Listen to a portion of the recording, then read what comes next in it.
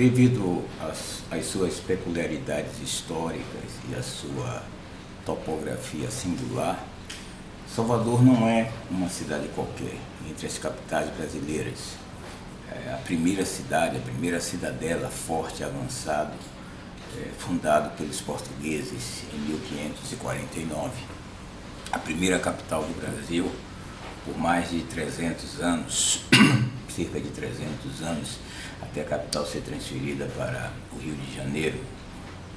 Salvador, agora com todos os mais de 5.200 municípios brasileiros, vive um clima eleitoral, a disputa por eleições. É uma cidade que, no decorrer da história, apesar de ter tido muita importância comercial, afinal tem um dos portos mais cosmopolitas das Américas, mais cosmopolita até do que o porto de Nova York, durante o período colonial e do escravismo colonial, porque era aqui que os navios que saíam da Europa e com destino à Índia, ao Oriente, se abasteciam, e também aqueles que iriam para a região do Pacífico, nos Estados Unidos, também passavam. Era aqui que os navios, em retorno da chamada Carreira das Índias, depois de terem ido ao Oriente, retornavam, paravam aqui no porto para se abastecer de víveres, água potável, etc. Portanto, sempre foi um porto muito movimentado, muito cosmopolita, com a população flutuante, Salvador, muito grande, porque a presença de estrangeiros aqui sempre foi muito forte devido a essas suas peculiaridades topográficas. Mas no decorrer da história, Salvador veio perdendo importância. O próprio porto de Salvador, no início do século XX, perdeu importância devido às questiúnculas daqueles que mandavam na Bahia, né? As elites de poder. Aqui o poder sempre foi muito concentrado na mão de uma elite conservadora, escravista, de mentalidade escravocrata. Apesar da presença de não negros aqui ser minoritária, mas os brancos sempre tiveram a inteligência necessária para manter a maioria no cabresto. Então, Salvador perdeu importância econômica, hoje é uma cidade que nada produz, uma cidade gigolô, é uma cidade que vive do que o sertão, do que outras regiões da Bahia lhes fornecem em termos de alimentos, em termos de víveres. Salvador não tem indústria formal. Houve tentativas no final do século XIX, do século XX, de se criar uma indústria têxtil e outro tipo de indústria aqui, mas nunca houve uma industrialização forte. Salvador, a economia é muito frágil, grande parte da economia aqui é movimentada pelo turismo, né, que é uma atividade sazonal, ou seja, e agora com a pandemia a presença turística sumiu da cidade.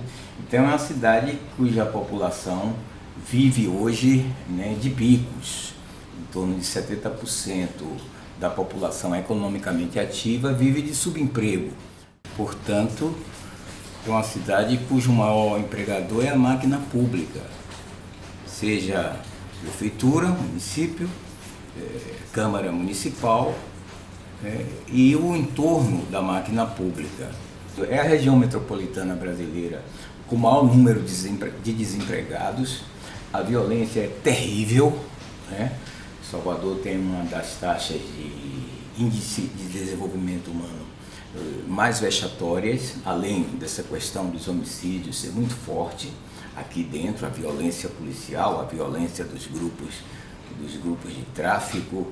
Então, pergunta-se o seguinte: ante esse quadro, você tem hoje 9 candidatos a governar a cidade de Salvador. Ou seja, você tem 9 candidatos querendo administrar essa massa falida. Por qual razão? Provavelmente porque ser uma das cidades mais desiguais do planeta, uma das capitais mais desiguais do Brasil, há também uma grande concentração de renda, uma grande concentração de dinheiro na mão de meia dúzia de potentados. Mas você tem 9 candidatos querendo administrar, querendo sentar na cadeira, querendo administrar isso. Por qual razão? O que os leva a isto?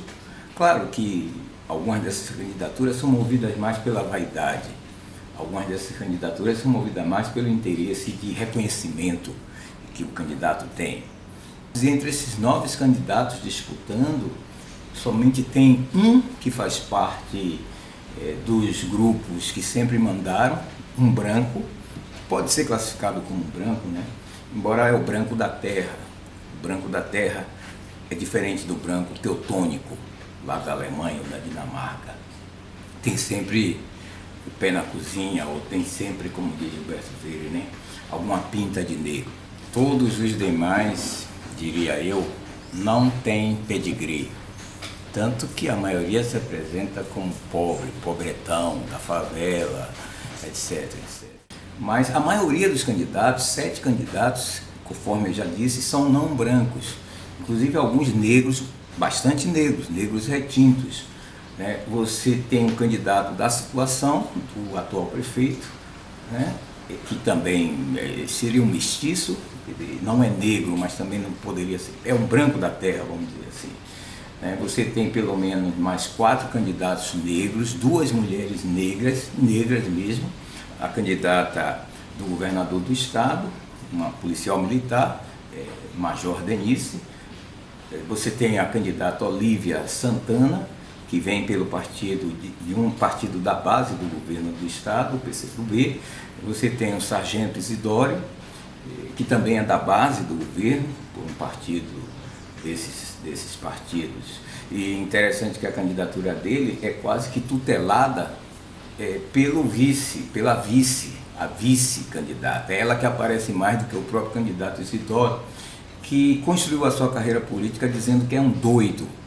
Então ele usa esse slogan, né? Vote no doido, vote no doido. Isso pega junto essa massa popular de miseráveis que pululam aqui pela cidade de Salvador.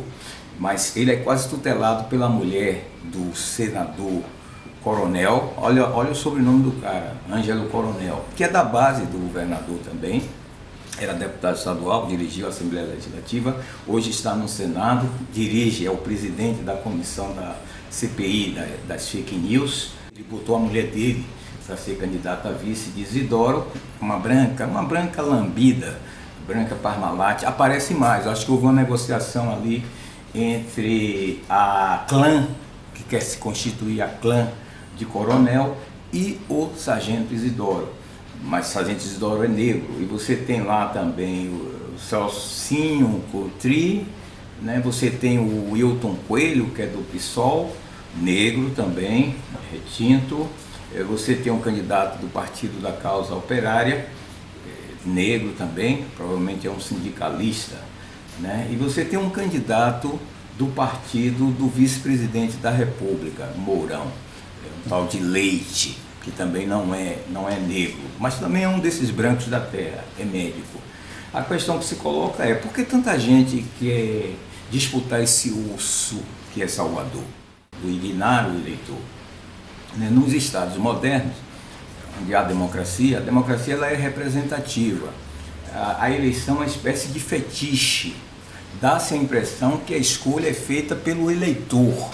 Mas se você raciocinar, essa escolha ela já foi feita anteriormente.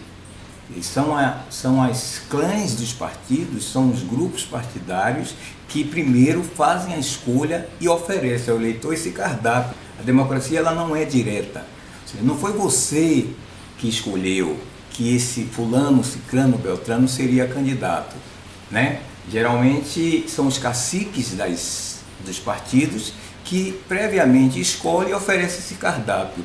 Isto é assim em qualquer parte do mundo.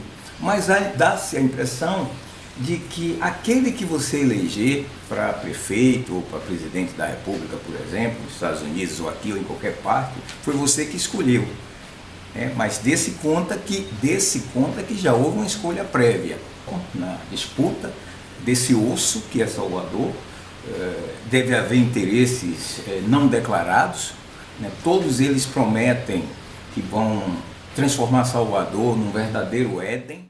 Então é bom que o eleitor saiba, nada ou quase nada se alterará depois das eleições, se não me engano, de 15 de novembro. Para ocupar o parlamento municipal, aqui chama-se vereador, né? Que é o representante do eleitor nas câmaras municipais, que é um órgão fiscalizador do prefeito a ser eleito ou da prefeita a ser eleito, você tem em torno de 1.500 candidatos disputando 41 vagas. A pergunta também é essa: por quê? Evidentemente que é legítimo que todos se candidatem, quem queira se candidatar, se candidate. Mas qual é o papel que os vereadores exercem, né? O que é que esses caras fazem lá na Câmara? É simplesmente deprimente. Eu já estive algumas vezes acompanhando sessões na Câmara. Evidentemente que os 41 que estão lá estão querendo voltar, continuar no cargo. Então, há muitos candidatos à reeleição, né? O que essas pessoas fizeram nos últimos 4 anos? Tem alguns que estão lá já há 8 anos, há 12 anos, estão querendo continuar. O que eles fizeram? Em geral, o que o vereador aqui numa cidade como Salvador faz é passar o tempo dando títulos honoríficos, títulos de cidadania, ou então mudando o nome de rua, dando nome a pontes, né, a artérias da cidade, né? Não cumpre o papel legislador, não legisla, porque a função deles seria legislar. Ou estão fazendo isso, né, dando títulos honoríficos a fulano, a beltrano, mudando o nome de rua, ou estão sancionando aquilo que o chefe do Poder Executivo, que é o prefeito, manda para eles, fazendo negociações, negociatas. Talvez por isso há tanta candidatura, né, a vereador, porque o sujeito vê nisso uma possibilidade de fazer negócios. Então, tantos candidatos querem administrar essa massa falida não por bondade, não por vontade, não porque realmente estão preocupados com esse quadro que é estrutural, e 4 anos de mandato, 4 anos de governo não alterará essa questão estrutural histórica. Que cada um deles, aquele que vencer para ser prefeito, ele vê que sentado na cadeira existe sempre a possibilidade de fazer negócios para o seu grupo, para o seu partido, para a sua família, e família aqui no sentido extensivo, né? Os apadrinhados, etc, etc.